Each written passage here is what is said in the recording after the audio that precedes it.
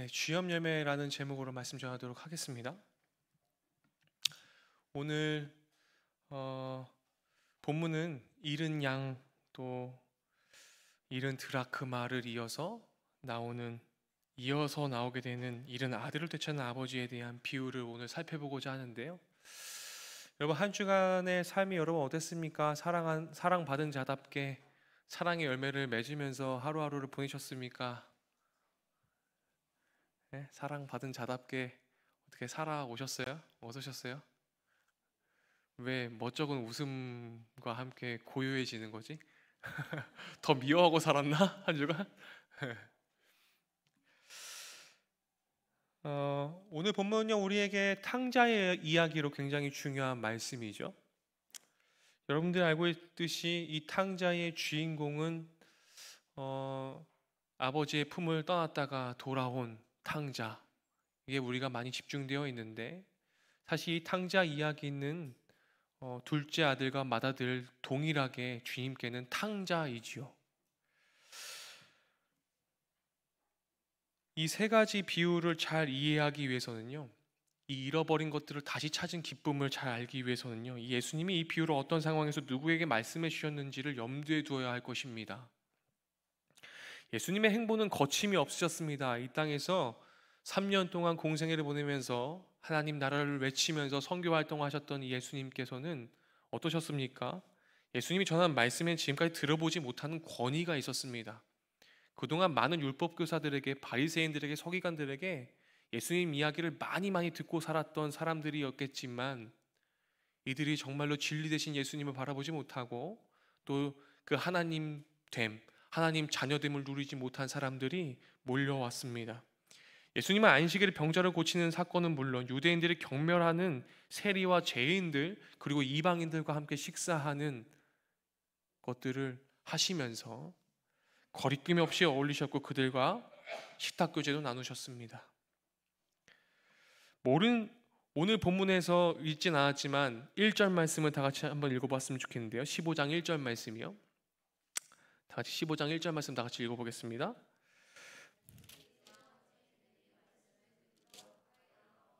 지금 예수님께 말씀을 들으러 가까이 나온 자들은 누구입니까?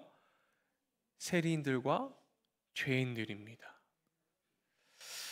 모든 세리와 죄인들이 예수님의 말씀을 들어 예수님께 가까이 몰려 들어왔어요. 왜 예수님께서 무슨 말씀을 하셨기 때문에 예수님께 몰려왔을까요? 이들은 왜 예수님께 몰려왔을까요?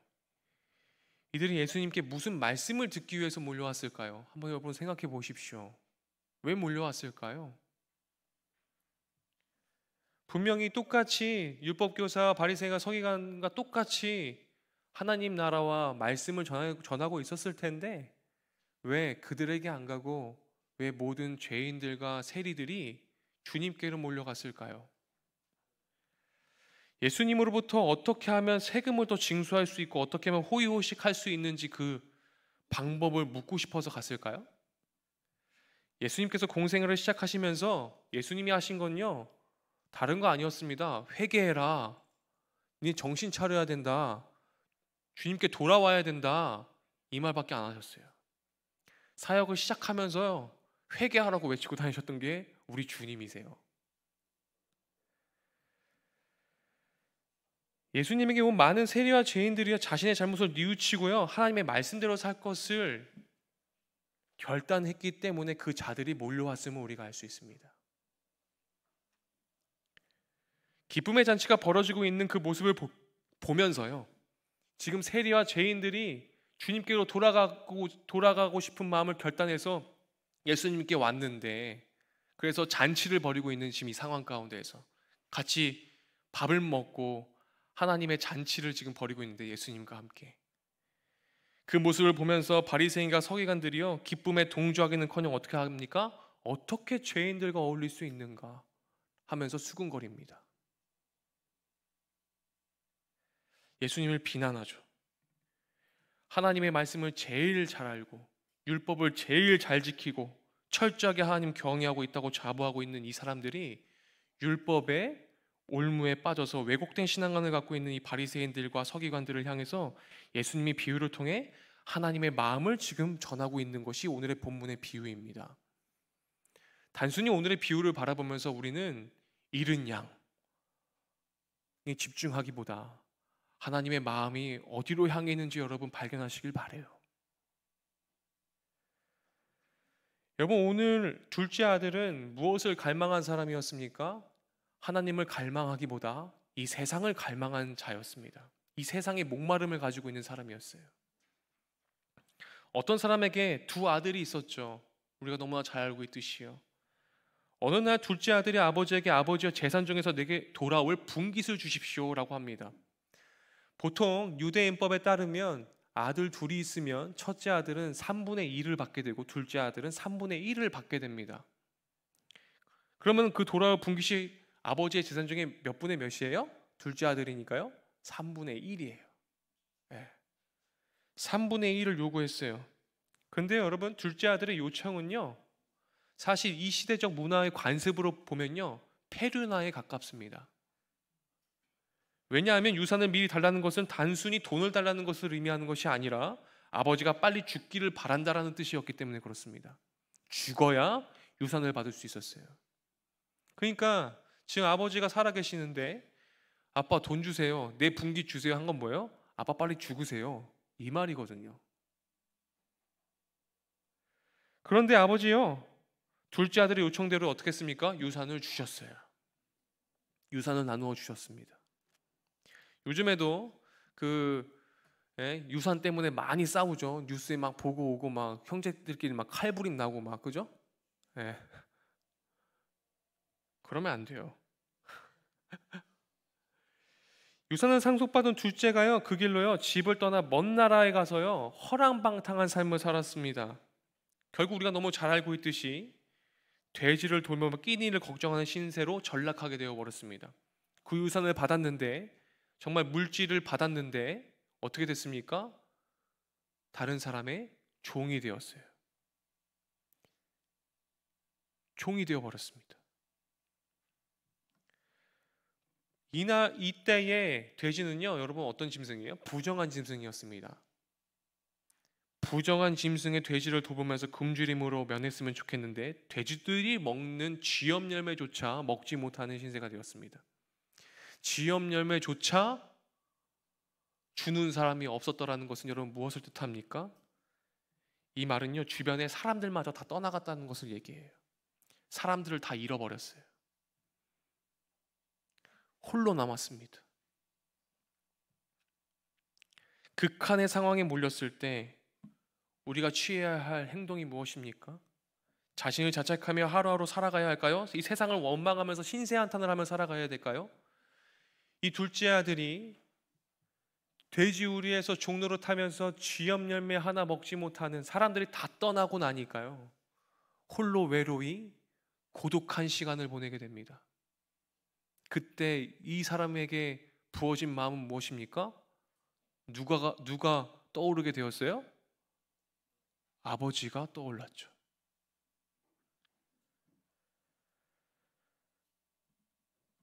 이 세상과 지금 나의 현재 있는 지금 이 악조건을 한탄하면서 무너진 것이 아니라요, 쥐염 열매조차, 돼지가 먹는 쥐염 열매를 먹는 모습을 보면서 쥐염 열매조차 못 먹는 자신을 바라보면서요, 누가 떠올라요? 아버지 하나님이 떠올라요. 목사님이요, 남아공 선교 방에요 가끔 고래가 나타나면 고래 사진을 끊임없이 보냅니다. 왜 보내는 줄 아세요? 예. 남아공에서 가졌던 그 마음을 기억하라고 보내요. 그게 목사님의 사인이에요. 왜냐면요, 남아공 가서요, 우리요 고래 찾으려고요, 고래 보려고요 미친 듯이 집중해서 보더라고, 바다를. 어? 와, 고래 어딨지, 고래 어딨지 막 엄청 찾았어 그때. 그 고래 한 마리 보려고. 다 못 봤어. 누구 봤어? 누가 봤을까? 전 봤어요. 난 봤거든. 야, 내 봤다 그러니까 더 찾더라고 막. 와, 막 자기들 보려고. 그렇게 하나님 아버지를 찾았으면 얼마나 좋았을까. 그 마음으로 고래를 보내요. 무슨 말이에요? 이 둘째 아들은요, 돼지가 먹는 그 쥐염 열매를 보면서 하나님을 바라보게 되는 장치가 되었던 것입니다. 남아공팀에게는 고래를 찾는 그 마음이, 남아공에서 생겼던 그 마음이 샘솟길 바라는 마음에서, 목사님이 태국 갔다 왔을 때도 막 태국의 고아원 아이들을 막 부둥켜 안고서 눈물 콧물을 흘리고 있는 사진 가끔 보내는 때가 있거든요. 왜 보낼까요, 목사님이? 그 마음을 가지고 여기서 일상의 선교를 하라고 보내는 거예요. 본인의 마음에 변질된 것들을, 내가 하나님의 마음을 잃어버렸던 것들을 찾으라고 보내는 것입니다. 쥐염 열매를 먹고 있는 돼지, 그 쥐염 열매를 보면서 스스로 돌이킵니다. 16절부터 17절 말씀 함께 읽어볼까요? 다 같이 읽어보겠습니다. 그가 돼지 먹는 쥐염 열매로 배를 채고자 하되 주는 자가 없는지라. 이에 스스로 돌이켜 이르되. 네, 여기까지 읽을까요? 어떻게 됐어요? 스스로 돌이켰어요. 스스로 돌이킵니다. 그 쥐염 열매를 보고요, 스스로 돌이켜요.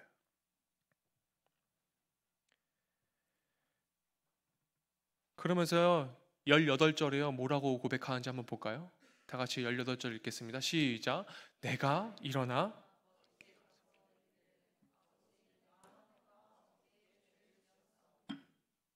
뭐예요? 하늘과 하나님과 아버지께 뭘 지었대요? 죄요. 죄를 지었대요, 죄를.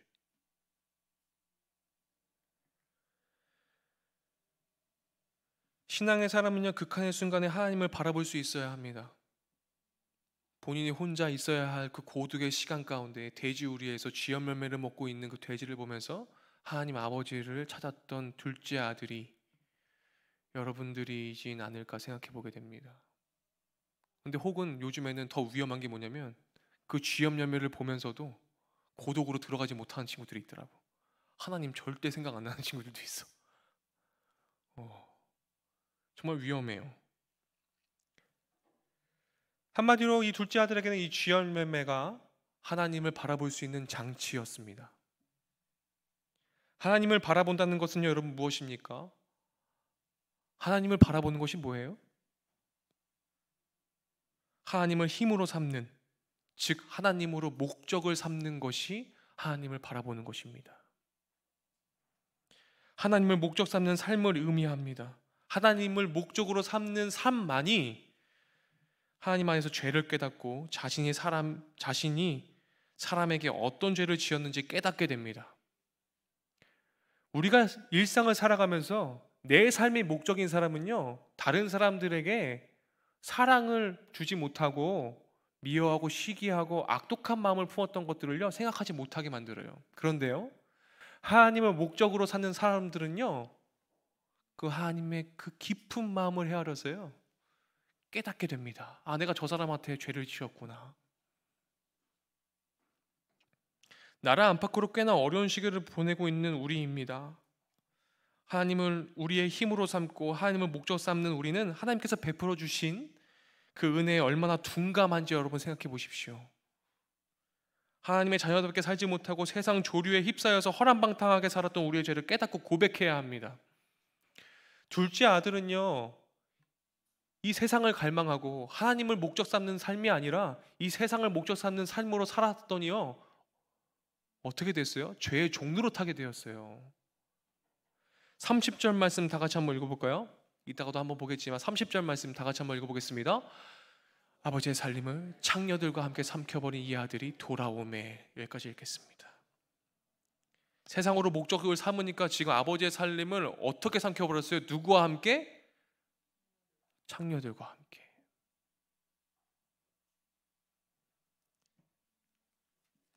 하나님을 목적 삼는 사람은요, 죄만 깨우치는 것이 아니라요, 왜 하나님을 목적 삼고 살아야 되겠습니까? 죄를 깨닫고 고백하는 것으로만 끝이지 않아요. 하나님을 목적으로 삼는 사람은요, 하나님 안에서 소망을 찾으려고 노력합니다. 하나님 한 분만이 우리의 힘이시기 때문에 하나님과 아버지에게 지은 죄를 깨닫고 회개한 둘째가 아버지께 돌아가기로 작정합니다. 어떻게 해요? 목사님이 저번 주에 얘기했지만 그 율법교사에게 너 하나님 사랑, 이웃 사랑, 이중계명 너무나 잘 알지? 그럼 이처럼 행해라 라고 말씀하신 그 말씀 앞에 하나님을 목적 삼는 사람은 그렇게 행하겠지만 하나님을 목적으로 삼지 않은 사람은요, 그렇게 행하지 못하더라는 거예요.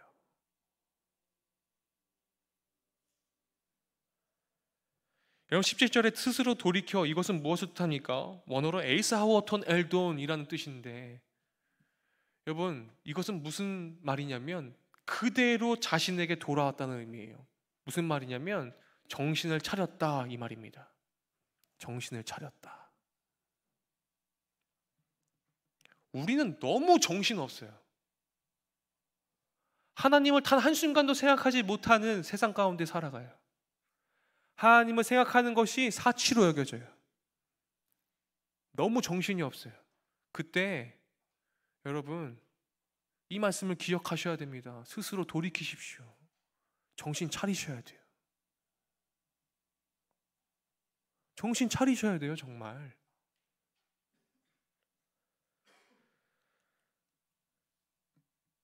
이렇게 정신을 차리고 나니까요, 19절에요 이렇게 고백해요. 19절에 이렇게 한번 읽어볼까요? 19절 말씀입니다. 다 같이 읽을까요? 지금부터는 아버지의 아들이라 일컬음을 감당하지 못하겠나이다. 나를 품꾼의 하나로 보셔서 하리라 하고. 뭐예요? 그가 아버지에게는 돌아갔지만요, 아버지의 아들이라는 신분도 다 포기하고 품꾼의 신분으로라도 받아줄 것을 소망하면서 지금 나아가는 거예요. 이게 무슨 심정이겠어요, 여러분?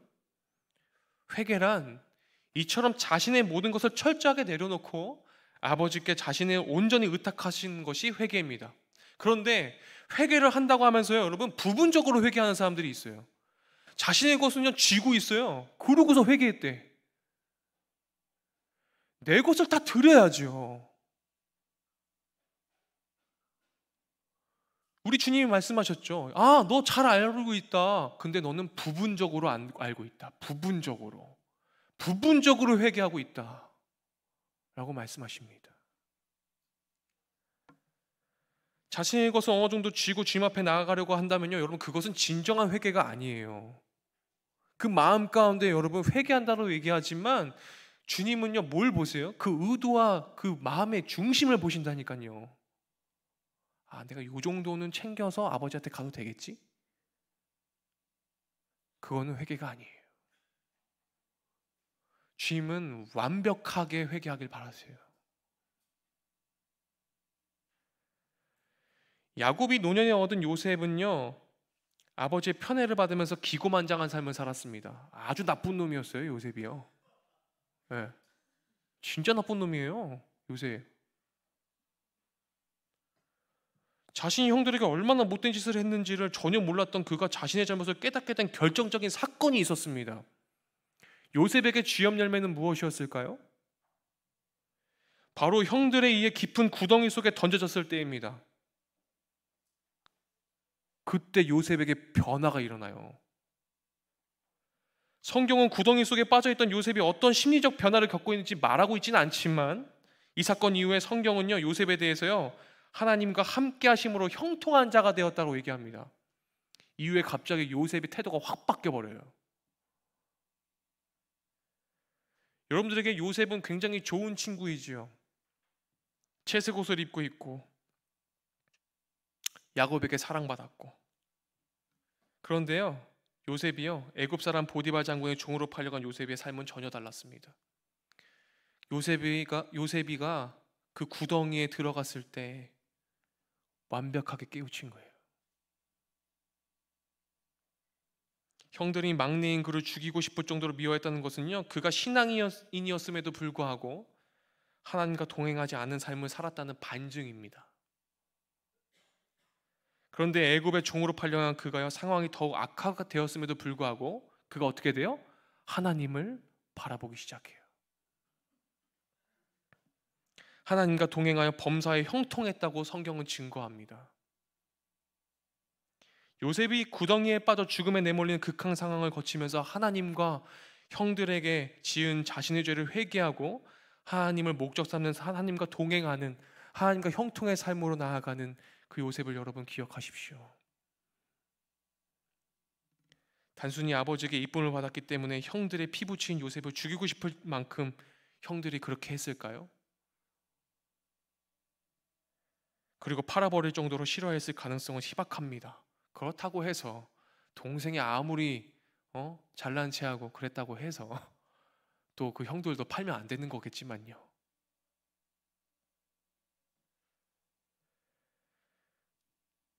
회개하며 돌아온 둘째를요, 아버지는요 환대했습니다. 20절에 보니까요, 다 같이 한번 20절 말씀 읽어보겠습니다. 20절입니다. 이에 일어나서 아버지께로 돌아가니라. 아직도 거리가 먼데 아버지가 그를 보고 측은히 여겨 달려가 목을 안고 입을 맞추니. 거리가 먼데, 띄워주세요. 아직도 거리가 멀어요. 그렇죠? 거리가 멉니다. 거리가 먼데 아버지가 그를요 보았어요. 즉 아버지는요, 아들이 떠난 후부터 어떻게 돼요? 둘째 아들을 매일같이 기다린 거예요. 매일같이 우리 아들이 언제 오나 기다린 것입니다. 동네 입구를 바라보면서 둘째가 돌아올라를 학수고대하고 있었다는 사실을 의미합니다. 굶주리고 마르고 보잘것없는 형색을 한 그를 알아보기 어려웠을 것인데 거리가 먼데도 자기 아들을 딱 알아봐요. 아버지는 아들을 향해 달려갔습니다. 아들이 아버지를 먼저 보고 아들이 아버지께 달려간 게 아니라 아버지가 아들에게 먼저 달려가요. 이것을 뭐라고 얘기하냐면 아버지의 주도적인 사랑이라고 얘기를 우린 표현합니다. 아버지의 주도적인 사랑. 아들 향해 달려갔습니다. 여러분 어땠을까요? 완전 거짓골이었겠죠. 그리고 어땠을까요? 냄새가 돼지 우리에서 똥 냄새가 그냥 돼지 똥 냄새가. 목사님 이든이가 똥 싸가지고 그거 엉덩이 씻겨주는 거다 아유 막 이러면서 씻기는데 안 씻기진 않아? 나 다 씻긴다이? 막 똥 막 이러면서 씻기는데 이 아버지는 어땠어요? 돼지 똥 더덕더덕 붙어있는 아들을 향해서 달려가가지고 어떻게 해요? 끌어안아 버려요. 한번 상상해봐요. 한번 상상해 보십시오. 나중에 여러분들이 자녀를 낳아가지고 돼지똥 다 묻혀놓고 갖고 막 왔는데 그거 안을 수 있겠어요? 벌써 뭐 표정 막 일그러지는 애들이 있어. 난 못 안어 막. 어떨까요? 그 역겨운 악취를 풍기고 있는 그를 껴안고 입을 맞췄습니다. 똥 묻은 얼굴에 입을 맞췄어요. 자신의 죄를 회개하고 아버지에게 돌아온 둘째에게 아버지는 새 옷을 입히고 반지를 끼고 신을 신김으로 여전히 아들의 신부님을 사람들 앞에 보여줬습니다. 다른 사람의 죄의 종 노릇하면서 쥐염 열매조차 먹지 못한 이 종을 아들의 신분으로 바꿔버렸습니다. 아버지께로 돌아가는 우리의 행색이 세상 죄의 때에 찌들어서 더럽기 그지없을지라도 우리 하나님은 우리를 언제나 끌어안아 주시죠. 그렇죠? 얼마나 한 주간에도 우리들의 마음은 얼마나 돼지똥보다 더 더러운 것으로 칠해져 있습니까? 아무리 세상 죄에 찌든 악취가 진동하였다 할지라도요, 우리 하나님 개의치 않으시고 여러분들을 끌어안아 주시죠. 그 하나님의 품 안으로 여러분 들어갈 그 결단은 여러분들에게 있습니다.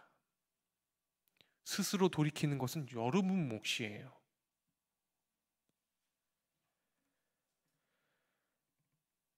세상의 환란 속에서 하나님께서 주신 재능과 물질을 허랑방탕하게 낭비하며 사는 삶을 주님께서는 뭐라고 표현하냐면요, 죽었다라고 표현하세요. 24절 말씀입니다. 다 같이 읽어볼까요? 24절이요. 다 같이 읽어보겠습니다. 이내 아들은 죽었다가 다시 살아났으며 내가 잃었다가 다시 얻었노라 하니 그들이 즐거워하더라. 여러분, 세상 죄에 쩌든 모습은 어떤 상태예요? 내가 죽은 상태예요.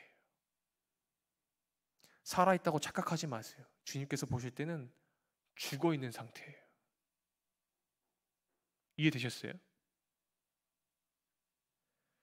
환란에 취해서, 재물에 취해서, 권력에 취해서, 여자에 취해서, 성에 취해서 사는 삶이 진짜 사는 것 같은데 주님께서는 그런 삶을 어떤 삶이라고 말씀하신다고요? 죽은 삶이라고요. 화락, 재물, 권력, 명예, 성에 집착하는 나는 물론 누굴 죽이게 됩니까? 이웃을 죽이게 됩니다. 여러분, 벌써 까먹은지 모르겠지만 N번방 사건, 요즘 연예인들 그 김모시기, 예? 별의별 사건들이 막 올라오잖아요. 예? 그 연예인 그 뭐야 그 외계인이었던 애 있잖아. 왜?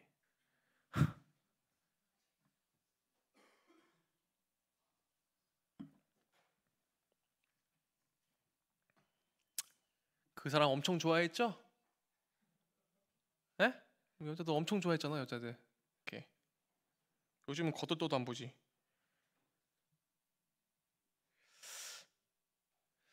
여러분, 하나님을 목적 삼는 삶이 무엇인지 우리는 늘 고민해야 합니다.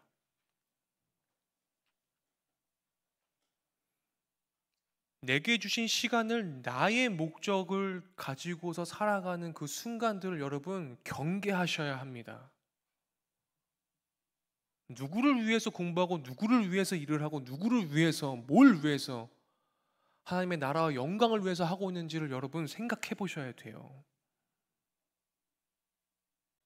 그걸 못 생각하니까요, 나의 가정과 일터와 학교와 어느 곳에서 뭐만 나와요? 한수만 나와. 와, 미쳐버리겠다, 오늘도 출근하기 싫고. 와, 미쳐버리겠다, 오늘도 연습하기 싫고. 아, 미쳐버리겠다, 오늘도 공부하기 싫고. 와, 미치겠다, 죽겠다. 하나님이 그걸 보시면서 뭐라고 생각하신다고요? 쟤 죽어 있구나. 쟤 또 죽어 있구나. 예. 쟤 또 죽어서 저러고 있구나. 쟤 또 세상에서 똥을 묻히고 있구나. 저 똥덩어리들.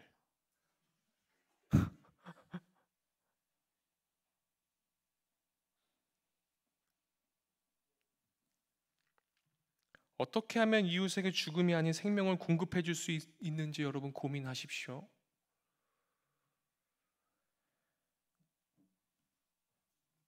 지금까지는 이제 주인공 둘째 아들 얘기가 끝났습니다. 오늘 설교 길어요. 오늘요 작정하고 들으세요. 그러니까 자, 이제 맏아들 얘기가 들어갑니다. 목사님 설교 두 편으로 자르려고 그러다가 그냥 가자. 믿음으로 가자. 자, 25절부터는 누가 주인공입니까? 이 탕자 이야기에서 맏아들이 주인공이에요. 우리는 둘째 아들이 돌아오는 것에 대해서 집중하지만 또 다른 탕자가 나옵니다. 우리 예수님은요, 목사님 서두에 얘기했지만 여기서 중요한 건 누구예요? 맏아들이에요. 왜요? 왜 맏아들이에요? 바리새인과 서기관들을 향해 얘기하고 있잖아요, 지금. 맏아들의 거울을 통해 바리새인들과 서기관들의 자신의 실상이 어떤지를 알게 하셨습니다. 맏아들은 밭에서 열심히 일을 하고 집에 돌아옵니다. 이건 뭘 뜻하는 거예요? 최선을 다해서 율법을 지키면서 사는 바리새인과 서기관들의 모습을 지금 묘사하고 계신 거예요. 그렇죠? 정확하게 이해하고 계시죠, 지금? 잘 따라오십시오. 고맙습니다. 바리새인과 서기관들의 율법 준수 정신은요 칭찬받아 마땅하죠. 주님도요 그 율법 교사들을요 옳다고 인정하시기도 하시고요, 그들이 열심을요 인정하셨어요. 그거 인정 안 하신 적 없으십니다. 주님 칭찬하셨어요. 그런데요, 율법의 근본인 사랑과 생명을 저버리고 형식만 추구하는 그 종교 행위에 대해서 주님께서 상을 뒤엎으신 거죠. 하나님께서 아벨의 제사는 받았지만 형 가인의 제사를 받지 않으셨습니다. 이유가 무엇이었습니까? 어느 순간부터 하나님을 향한 감사가 변질되었던 가인의 모습을 보게 됩니다. 형식적으로 변했기 때문입니다. 그래서 그 예배를 안 받으신다고 주님 말씀하셨어요. 우리들이 드리고 있는 이 예배도 하나님을 목적 삼는 예배가 아니라 나를 목적 삼는 예배가 되지는 않고 있습니까? 무엇 때문에 우리가 예배를 드리고 있습니까? 난 오늘도 내가 은혜 받아야 돼. 영적인 카타르시스를 내가 오늘 느껴야 돼. 나 오늘 은혜 안 받으면 안 돼. 은혜 못 받을 수 있어. 그렇잖아요. 쥐어 짜내야 돼. 그래서 은혜 받게 하려면 막 그냥 진짜 조명 막 만나교회처럼 막 만들고 막 그럼 될까요? 밭에서 집에 돌아온 아들은 종을 통해 집을 나간 동생이 다시 돌아와서 아버지가 동생을 위해 잔치 벌였다는 사실을 전해 듣는데요. 이거 굉장히 기분 나빠합니다. 형은 집을 나간 둘째 아들의 돌아온 것에는요, 뭐예요? 관심이 없었어요. 그러니까 밭에서 일을 하고 있죠. 동생이 왔으면은 너무 기뻐해야 하는데. 자신은요 열심히 일을 했음에도 작은 염소 새끼 잡아서 친구들과 놀게 하지 않았는데 허랑방탕한 가상을 다 탕진하고 돌아온 이 둘째 아들에게는 새 옷도 주시고 가락지도 주시고 신도 새신 주시고 살찐 송아지를 잡아서 바치니까 환대하니까 아버지에게 섭섭함을 토로합니다. 여러분, 우스갯소리로 한번 가겠습니다.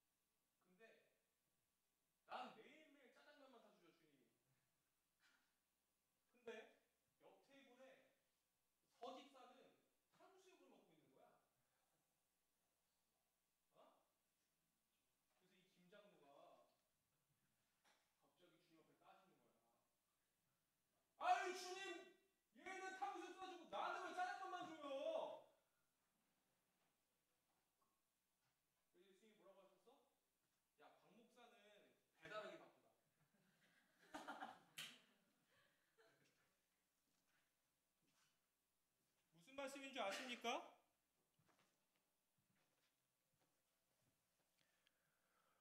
우리는요 여러분 누구나 다 99마리 양이 될 수도 있고 한 마리의 양이 될 수 있어요. 우리가 천국 백성이라고 얘기하면서 옆 사람이 잘 되는 걸 보고서요 시기하고 질투해요. 사랑하지 못해요. 나는 짜장면 먹고 있는데 옆 사람이 탕수육 먹고 있으면요 배 아파요. 예수님이 세리와 죄인들과 밥 먹는 거요 배 아파요. 지금 문제가 발생했어요.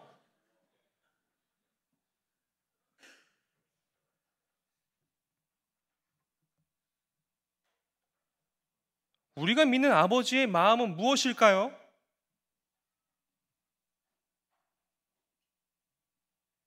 우리들의 열심은 어디로 향해 있나요?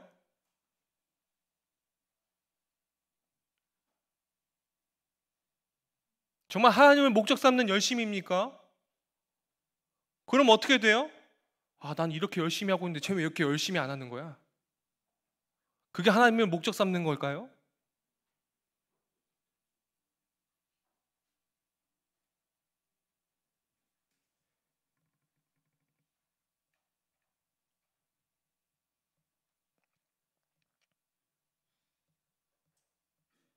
현재 우리는 어떤 마음으로 신앙생활을 하고 있습니까? 주님은요, 잃어버린 양, 잃어버린 드라크마, 이 탕자 이야기가 단순히 하나님을 떠난 그런 사람이 아니라요, 하나님의 마음을 모르는 사람을 향해서 하는 말씀입니다. 하나님의 말씀 너무나 잘 알고 있고 너무 다 종교적 전문가고 어떻게 하면 은혜 받았는지 표정 지을 수 있고 얼마든지 열심으로 신앙생활 잘하는 것처럼 보일 수 있고, 우리 주님은 그걸 원하지 않으세요.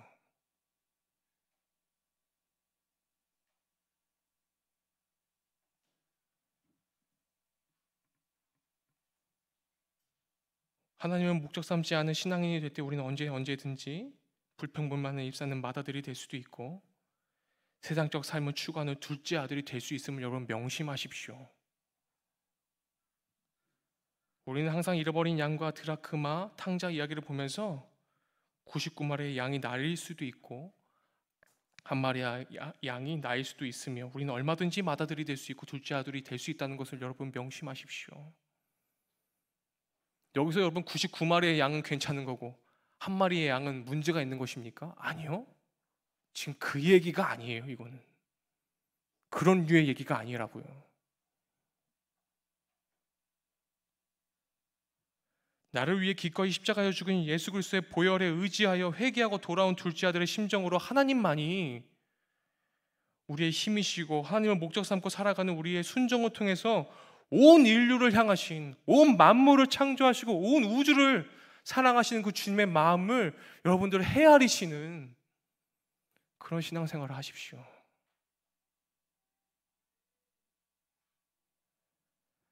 하나님 아버지의 사랑이 펼쳐질 것임을 믿습니다. 우리 주님은 여러분들이 하나님의 마음을 모른 채 쥐염 열매도 못 얻어먹는 죄의 종노릇하면서 하나님의 마음을 모른 채 살아가기를 바라지 않으세요. 그래서 주님이 얘기하신 거예요. 회개해라. 정신 좀 차려라. 한마디로 하나님의 마음을 잃어버린 모두가 주님을 잃어버린 양이며 드라크마며 탕자인 것입니다. 사랑하는 여러분, 사순절 넷째 주 주일을 보내고 있는 우리에게 주님은 뭐라고 말씀하십니까? 여러분들이 정말 사랑받은 자답게 하루하루를 보내고 계십니까? 정말 여러분들이 주님을 믿는다고 말하면서 하나님을 목적 삼는 삶을 살고 계십니까? 우리들의 24시간은 무엇으로 채워져 있습니까?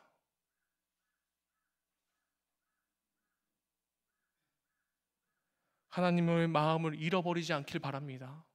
하나님의 마음을 소유하는, 그래서 하나님의 백성 그것들을 제대로 누리는 그런 여러분들의 삶이 펼쳐지기를 날마다 기도하고 응원하겠습니다. 기도하겠습니다. 하나님 아버지, 오늘 말씀의 거울을 통해 세상의 기쁨을 추구하며 허랑방탕한 삶을 살고 있는 둘째 아들과 주님을 섬긴다고 하면서도 하나님의 사랑을 망각하고 형식적인 신앙생활을 하고 있는 맏아들의 모습이 바로 우리의 본질임을 깨닫게 해주셔서 감사를 드립니다. 혼란스럽고 어떤 것이 주님이 원하시는 방향일까 참 조심스럽고 어려운 상황에 처해 있는 우리 모두가 주님 안에서 삶의 의미를 되찾게 되는 은혜를 허락하여 주시옵소서. 주님이 우리의 힘이시고 주님을 목적 삼고 살아가는 우리를 하나님의 사랑으로 전하는 도구로 사용하여 주시옵소서. 예수님의 이름으로 기도드립니다. 아멘.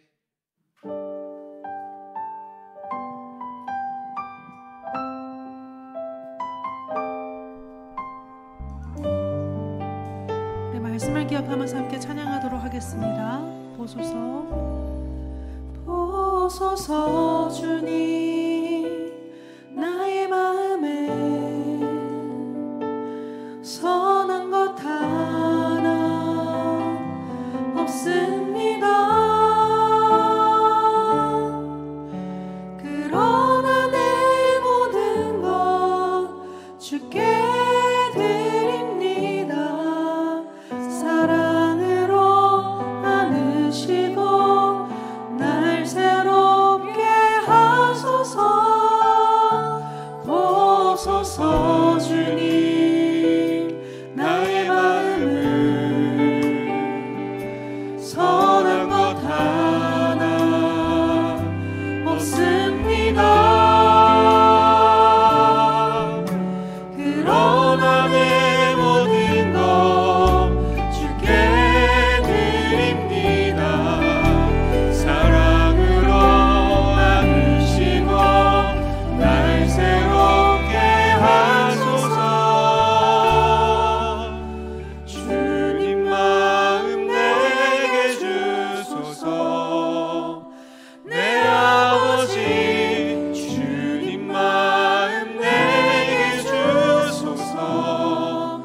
나를 향하신 주님의 뜻이 이루어지도록 주님 마음 내게 주소서. 함께 일어나서 찬양합시다. 보소서 보소서 주님 나의 마음을 선한 것 하나 없습니다.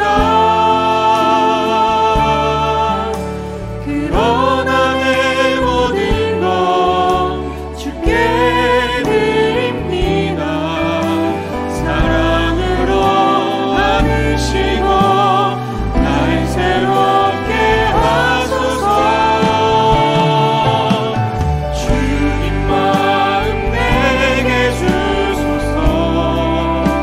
내 아버지 주님 마음 내게 주소서.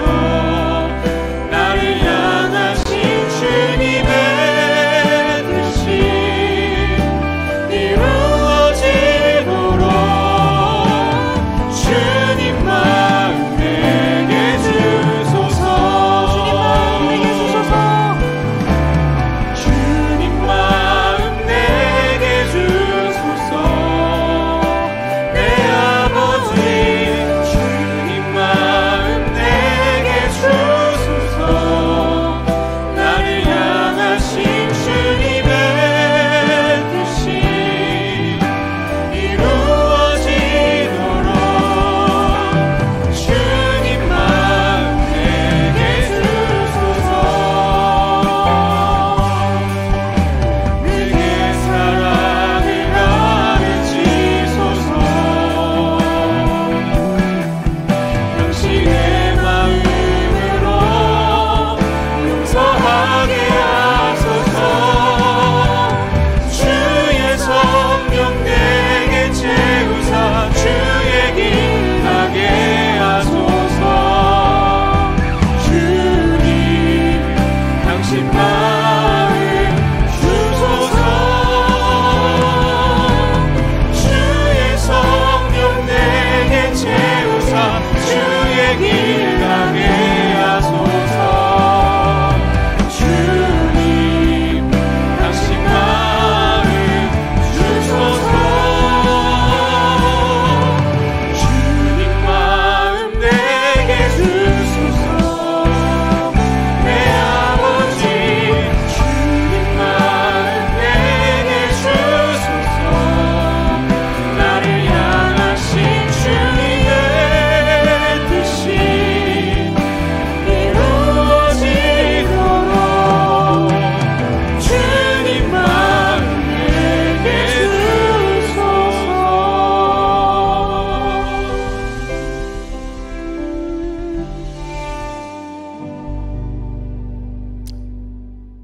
그가 돼지 먹는 쥐염 예매로 배를 채우고자 하되 주는 자가 없는지라. 이에 스스로 돌이켜 이르되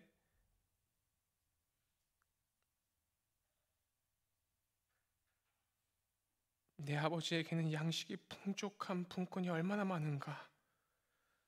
난 여기서 줄여 죽는구나.